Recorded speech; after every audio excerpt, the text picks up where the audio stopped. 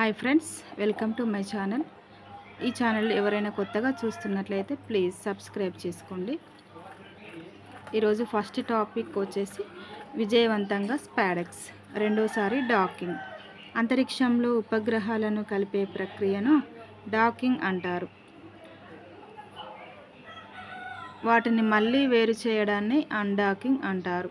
2024 December 30న శ్రీహరికోటలోని Satish Dhawan space centre నుండి స్పేస్ డాకింగ్ ఎక్స్పెరిమెంట్ మిషన్ను ప్రారంభించింది. ఈ విజయంతో భారత్ అంతరిక్ష కార్యక్రమం మరింత దోహదం ముందుకు సాగనుంది. ముఖ్యంగా భారత అంతరిక్ష చంద్రయాన్ 4, గగన్యాన్ వంటి భవిష్యత్ మిషన్లకు ఇది బలమైన మద్దతుగా ఉంటుంది. అమెరికా, రష్యా, చైనా తర్వాత డాకింగ్ టెక్నాలజీ కలిగి ఉన్న 4వ దేశంగా భారత్ నిలిచింది.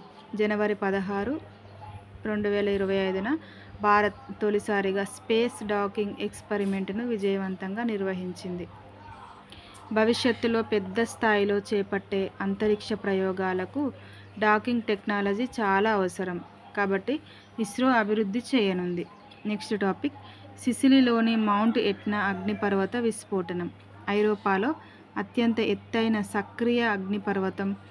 ఐరోపాలో అత్యంత ఎత్తైన చురుకైన అగ్నిపర్వతం అయిన మౌంట్ ఎట్నా 3357 మీటర్లు కలిగిన ఇటీవల విస్ఫోటనం చెందింది. ఈ విస్ఫోటనంతో భారీ లావా ప్రవాహాలు వెలువడ్డాయి. అలాగే కొన్ని ప్రాంతాల్లో భూకంపాలు కూడా నమోదయ్యాయంట. ఈ పరిణామాల నేపథ్యంలో ప్రాంతీయ విమానయాన హెచ్చరిక, ఏవియేషన్ అలర్ట్ జారీ చేశారు. పరిస్థితుల తీవ్రత దృష్ట్యా సిసిలీలోని అరల్ సముద్రం క్షీణత. నెక్స్ట్ టాపిక్, భూగర్భంలో భారీ భౌగోళిక మార్పులు. ఒకప్పుడు ప్రపంచంలోని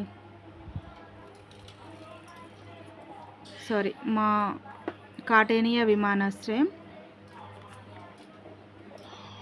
తాత్కాలికంగా మూసివేయబడింది. మౌంట్ ఎట్నా అదనపు సమాచారం. స్థానం ఇటలీలోని సిసిలీ ద్వీపంలో ఉంది. ఎత్తు 3357 మీటర్లు, 11,014 అడుగులు. యునెస్కో ప్రపంచ వారసత్వ స్థలంగా గుర్తింపు పొందింది 2013లో. నెక్స్ట్ టాపిక్, అరల్ సముద్రం క్షీణత భూగర్భంలో భారీగా మార్పులు చేసుకుందంట. ఒకప్పుడు ప్రపంచంలోని అతిపెద్ద సరస్సులలో ఒకటైన అరల్ సముద్రం అరల్సి భారీగా క్షీణించడం, ప్రస్తుతం భూగర్భంలో గణనీయమైన భౌగోళిక మార్పులు జరుగుతున్నాయి. 1960ల నుంచి సోవియట్ యూనియన్ కాలంలో వ్యవసాయం కోసం అముదర్యా, సిర్దర్యా అనే ప్రధాన నదులను మళ్లించడం వల్ల ఈ సముద్రం క్రమంగా క్షీణించసాగిందంట. తాజా పరిశోధనల ప్రకారం అరల్ సముద్రం పరిసర ప్రాంతాల్లోని భూమి ఇప్పుడు పైకి లేచే ధోరణిని, అప్వర్డ్ మూమెంట్ చూపుతోంది. దీనికి కారణం సముద్రంలోని నీటి బరువు తగ్గడంతో భూమి క్రస్ట్ పైకి లేవడం.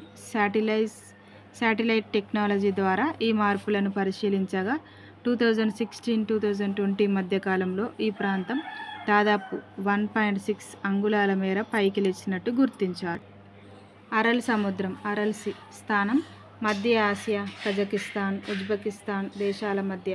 గతంలో స్థానం ప్రపంచంలో 4వ పెద్ద సరస్సు. ప్రస్తుత పరిస్థితి భారీగా క్షీణించి పర్యావరణ వైపరీత్యానికి గురైంది. ప్రధాన నదులు అముదర్యా, సిర్దర్యా వ్యవసాయానికి మళ్లించబడ్డాయి. పర్యావరణ ప్రభావం, జీవవైవిధ్యం నాశనం, పర్యావరణ కాలుష్యం. ఫలితం స్థానిక ప్రజలకు అనారోగ్య సమస్యలు. నెక్స్ట్ టాపిక్, ప్రధాని మోదీ సౌదీ అరేబియాకు పర్యటన వ్యూహాత్మకంగా సంబంధాలకు నూతన ఒరవడి. ప్రధానమంత్రి నరేంద్ర మోడీ గారు తన 3వ వార్షిక వ్యవధిలో తొలిసారి సౌదీ అరేబియా పర్యటన కోసం ఏప్రిల్ 22, 23 తేదీలలో సౌదీ అరేబియాకు వెళ్లనున్నారు. ఈ పర్యటనలో వాణిజ్యం, ఇంధన వనరులు, రక్షణ సహకారం, India, middle east, Europe corridor పునరుద్ధరణపై దృష్టి కేంద్రీకరించనున్నారు. మోదీ జెడ్డాలో Saudi crown prince Mohammed bin సల్మాన్తో సమావేశం కానున్నారు. చర్చలలో ప్రాంతీయ స్థిరత్వం, హౌతీ తీవ్రవాదం కారణంగా ఏర్పడిన ఖలల్, అలాగే China BRI belt and road ఇనిషియేటివ్కు ప్రత్యామ్నాయంగా IMEEC పునరుద్ధరణపై చర్చించనున్నారు. ద్వైపాక్షిక వాణిజ్యం అండ్ ఇంధన సంబంధాలు ముఖ్య గణాంకాలు. 2023-24 ఆర్థిక సంవత్సరంలో భారత్ సౌదీ ద్వైపాక్షిక వాణిజ్యం $42.98 బిలియన్. కచ్చా చమురు క్రూడ్ ఆయిల్ భారత మొత్తం దిగుమతుల్లో 14.3% సౌదీ నుంచి. ఎక్సర్సైజ్ డిజర్ట్ ఫ్లాగ్ 10 భారత వైమానిక దళం IAF MiG-29 మరియు జాగ్వార్ విమానాలతో యునైటెడ్ అరబ్ ఎమిరేట్స్లోని అల్ ధఫ్రాకు చేరుకొని ఎక్సర్సైజ్ డిజర్ట్ ఫ్లాగ్ 10లో పాల్గొంటుందంట. ఇది UAE వైమానిక దళం ఆధ్వర్యంలో నిర్వహించబడుతున్న ప్రఖ్యాత బహుళ జాతీయ ఎయిర్ కాంబాట్. ఈ విన్యాసం 2025 ఏప్రిల్ 21 నుంచి మే 8 వరకు జరుగుతుందంట. డిజర్ట్ ఫ్లాగ్ 10 విన్యాసానికి ఉద్దేశం సంక్లిష్టమైన మరియు విభిన్నమైన యుద్ధ విమానాలు, వ్యూహాలు, విన్యాసాలు నిర్వహించడం, ప్రపంచంలోని అత్యుత్తమ వైమానిక దళాలతో మిలిటరీ వ్యూహాల మార్పిడి, అనుభవాలు పంచుకోవడం, సంయుక్త కార్యకలాపాల సామర్థ్యాన్ని పెంపొందించడం, అంతర్జాతీయ సైనిక సహకారాన్ని బలోపేతం చేయడం. డిజర్ట్ ఫ్లాగ్ 10లో పాల్గొంటున్న దేశాలు Australia, France, Germany, Qatar, Bahrain, దక్షిణ Korea, Turkey, UAE, United States, భారతదేశం. అదనపు సమాచారం ఎక్సర్సైజ్ డిజర్ట్ ఫ్లాగ్ UAE ఆధ్వర్యంలో జరిగే వార్షిక బహుళ జాతీయ వైమానిక విన్యాసం. అల్ ధఫ్రా ఎయిర్ బేస్ UAEలోని ప్రాముఖ్యమైన air base. US, France, UAE వాయుసేనల సమిష్టి బేస్గా పనిచేస్తుంది. భారత వాయుసేన IAF విమానాలు MiG-29, జాగ్వార్ వీటిని తరచుగా అంతర్జాతీయ విన్యాసాలలో వినియోగిస్తారు. ఈ తరహా విన్యాసాల యొక్క లాభాలు అంతర్జాతీయ వ్యూహాల్లో అనుభవం, మిలిటరీ మిత్ర దేశాలతో పరస్పర అవగాహన, ఇంటర్ఆపరబిలిటీ పెరుగుదల. కేరళలో దేశంలోనే తొలిసారిగా ఆన్లైన్ శాశ్వత లోక్ అదాలత్ సేవలు ప్రారంభమయ్యాయంట. న్యాయ వ్యవస్థను అందరికీ సులభంగా అందించేందుకు తీసుకున్న ప్రగతిశీల చర్యగా కేరళ రాష్ట్రం దేశంలోనే తొలిసారిగా శాశ్వత లోక్ అదాలత్లకు ఆన్లైన్ దాఖలు అండ్ వాదనను వినిపించే సదుపాయాలను ప్రారంభించింది. ఈ వినూత్న కార్యక్రమాన్ని కేరళ రాష్ట్ర న్యాయ సేవా సంస్థ కెల్సా స్టేట్ లీగల్ సర్వీసెస్ అథారిటీ చేపట్టింది. ఇది ముఖ్యంగా వంచిత వర్గాలు, మార్టినలైజ్ గ్రూపులకు న్యాయం సులభంగా చేరువ చేసేందుకు సాంకేతికత ఆధారంగా చేపట్టిన చారిత్రాత్మక అభివృద్ధిగా పరిగణించబడుతుంది. లోక్ అదాలత్ న్యాయ సేవల సంస్థల ఆధ్వర్యంలో జరిగే వివాద పరిష్కార వేదిక. వేగవంతమైన, తక్కువ ఖర్చుతో న్యాయం అందించే విధానమంట. శాశ్వత లోక్ అదాలత్ ఏంటో చూద్దాం. Permanent Lok Adalat public utility సర్వీసులకు సంబంధించిన వివాదాల పరిష్కారానికి ఏర్పడిన శాశ్వత వేదికలు. ఈ విధానం లీగల్ సర్వీసెస్ అథారిటీస్ యాక్ట్ 1987 ప్రకారం అమలులో ఉంది.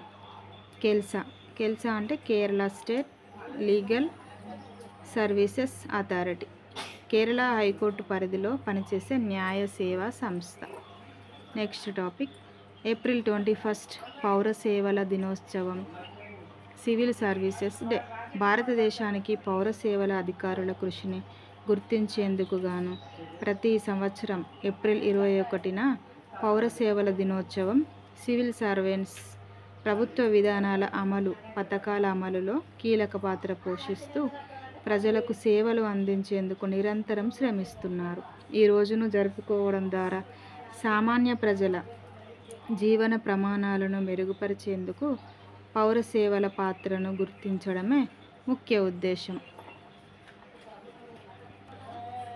చారిత్రక నేపథ్యం 1947 ఏప్రిల్ 21 సర్దార్ వల్లభభాయ్ పటేల్ మెటాకాల్ఫ్ హౌస్, ఢిల్లీలో సివిల్ సర్వీసెస్ మొదటి బ్యాచ్ ప్రొబేషనర్లకు ఉద్దేశించి ప్రసంగించారు.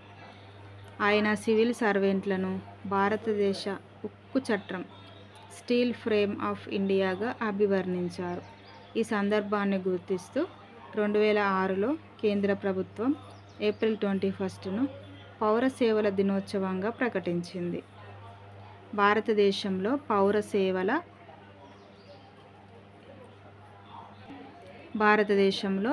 సేవల సివిల్ సర్వీసెస్ విభాగాలు. ఆల్ ఇండియా సర్వీసెస్ ఉదాహరణలు IAS, IPS, IFS. Central civil services example IRS, IRTS, IA and AS. State civil services రాష్ట్ర పిఎస్సిలు నిర్వహించే పరీక్షల ద్వారా నియామకం. సంఘటన ప్రారంభించిన సంవత్సరం 2006. లార్డ్ చార్లెస్ కార్న్వాలిస్ భారత పౌర సేవల పితామహుడిగా గుర్తింపు పొందారు. విల్లుపురం అడవుల్లో గ్రిజిల్డ్ జైంట్ ఉడతల జనాభా అధ్యయనం ప్రారంభించారు. Next topic. తమిళనాడులోని విల్లుపురం అటవీ డివిజన్ పాక్కమలై, గంగవరం కొండల్లో అరుదైన గ్రిజిల్డ్ జైంట్ ఉడతల జనాభా అధ్యయనాన్ని ప్రారంభించింది. ఈ ప్రాంతం అధిక జీవ వైవిధ్యం కలిగి ఉండడం వల్ల ఈ అంతరించిపోతున్న జాతి సంరక్షణకు కీలకంగా ఉంది. అధ్యయనం ద్వారా గ్రిజిల్డ్ జైంట్ ఉడతల జనాభా, ఆవాస పరిస్థితులు, జీవన విధానంపై ప్రాథమిక సమాచారం, బేస్ లైన్ డాటా సేకరించి సమర్థవంతమైన సంరక్షణ వ్యూహాలను రూపొందించడం లక్ష్యం. గ్రిజిల్డ్ జైంట్ ఉడత భారతదేశ వన్యప్రాణి సంరక్షణ చట్టం 1972 షెడ్యూల్ 1 కింద సంరక్షణ పొందుతున్న అరుదైన జీవి. శాస్త్రీయ నామం రాటుఫా మ్యాక్రోరా.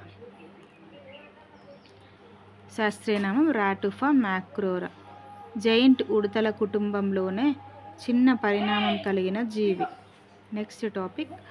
భారత తయారీ రంగంలో మహిళల భాగస్వామ్యం ఆందోళన కలిగించే స్థాయిలో తగ్గుదల. భారత ఆర్థిక వ్యవస్థలో తయారీ రంగం, మ్యానుఫ్యాక్చరింగ్ సెక్టార్ కీలక పాత్ర పోషిస్తోంది. ఇది దేశ జీడిపిలో 5వ వంతు 20% వాటాను కలిగి ఉంది. అయితే ఈ రంగంలో మాత్రం మహిళల భాగస్వామ్యం ఆందోళనకర స్థాయిలో తక్కువగా ఉంది. 2015 నుంచి 16లో 20.9% ఉన్న మహిళా కార్మికులు వాటా 2022-2023లో 18.9కు తగ్గింది. వికసిత భారత్ లక్ష్యాన్ని సాధించేందుకు ప్రయత్నిస్తున్న తరుణంలో ఈ తరహా తగ్గుదల ఆందోళన కలిగించే అంశం. ప్రస్తుత గణాంకాలు 2022-23 ప్రకారం భారత తయారీ రంగంలో మొత్తం 8.34 మిలియన్ల 83.4 లక్షల ఫార్మల్ కార్మికులు ఉండగా అందులో మహిళలు కేవలం 1.57 మిలియన్లు 15.7 లక్షలు మాత్రమే ఉన్నారు. మొత్తం మహిళా కార్మికుల్లో అత్యధిక భాగాన్ని 41% తమిళనాడు కలిగి ఉంది. మరొక వైపు ఇన్ఫార్మల్ తయారీ రంగంలో మహిళల భాగస్వామ్యం 43% ఉండటం గమనార్హం. ఇది మహిళలు తక్కువ వేతనాలు, అసంఘటిత, అనధికార ఉద్యోగాలకు పరిమితం అవుతున్నట్లు స్పష్టంగా సూచిస్తోంది. Next topic. కంటికి కనిపించని కొత్త రంగు ఓలో అనే అరుదైన కలర్ను ఆవిష్కరించిన శాస్త్రవేత్తలు. అమెరికాలోని యూనివర్సిటీ ఆఫ్ కాలిఫోర్నియా బెర్క్లీ శాస్త్రవేత్తలు ఓలో అనే కొత్త రంగును కనిపెట్టారు. ఈ రంగు సాధారణ దృష్టికి కనిపించదు అనే విశేషత కలిగి ఉంది. ఈ రంగును ఇప్పటి వరకు ఈ రంగు సాధారణ దృష్టికి కనిపించదు అనే విశేషత కలిగి ఉంది. ఈ రంగును ఇప్పటి వరకు కేవలం 5 వ్యక్తులు మాత్రమే చూశారు. వారు దీన్ని పికాక్ బ్లూ లేదా టీల్ కలర్కి దగ్గరగా ఉందని అభివర్ణించారు. ఈ రంగు కనిపించేలా చేయడానికి శాస్త్రవేత్తలు రెటీనాపై లేజర్ మ్యానిపులేషన్ టెక్నిక్ ఉపయోగించారు. లేజర్ ద్వారా రెటీనాను సాధారణ పరిమితికి మించి స్పందించేలా ప్రేరేపించారు. తద్వారా ఈ ప్రత్యేక రంగు కనిపించింది. ఈ కొత్త రంగు సంబంధిత పరిశోధనల వివరాలు సైన్స్ అడ్వాన్సెస్ అనే ప్రముఖ శాస్త్రీయ జర్నల్లో ప్రచురితమయ్యాయి. వెన్ జున్ జూకు 5వ మహిళల వరల్డ్ చెస్ ఛాంపియన్ టైటిల్. చైనాకు చెందిన వెన్ జున్ జూ వరుసగా విజయాలతో FIDE మహిళల ప్రపంచ చెస్ ఛాంపియన్షిప్లో 5వసారి గెలుచుకుంది. ఆమె జాంగ్ యీ టాన్ పై 12వ గేమ్ మ్యాచ్లో 6.5 నుండి 2.5 విజయం సాధించింది. చాంగ్ చింగ్ సెగ్మెంట్ ప్రారంభంలోనే విజయం సాధించిన వెన్ జున్ ఆ తర్వాత మరో గేమ్ గెలిచి చివరి 4 గేమ్స్లో కేవలం ఒక డ్రా చేయడమే అవసరమయ్యింది. అది ఆమె 9వ గేమ్లో సాధించి టైటిల్ను రీటైన్ చేసింది. Next topic Asian under eighteen athletics championship 2025. భారత్కు 11 పథకాలు వచ్చాయి. అండర్-18 అథ్లెటిక్స్ ఛాంపియన్షిప్ 2025 సౌదీ అరేబియాలోని దమ్మామ్ నగరంలో ఇటీవల ముగిసింది. ఈ టోర్నీలో క్రీడాకారులు మొత్తం 11 పథకాలు గెలిచారు. 1 బంగారు పథకం, 5 కాంస్య పథకాలు, 5 రజత పథకాలు. హిమాంశు జాకర్ చివరి రోజు జరిగిన బాయ్స్ జావెలిన్ త్రో పోటీలో 67.57 మీటర్ల తొలి త్రోతో భారతదేశానికి ఏకైక పథకానికి గెలిపించాడు. ఇతని విజయంతో ఆసియన్ అండర్-18 అథ్లెటిక్స్ ఛాంపియన్షిప్ చరిత్రలో బాయ్స్ జావెలిన్ త్రో ఈవెంట్లో మొదటిసారిగా స్వర్ణం గెలుచుకున్నాడు.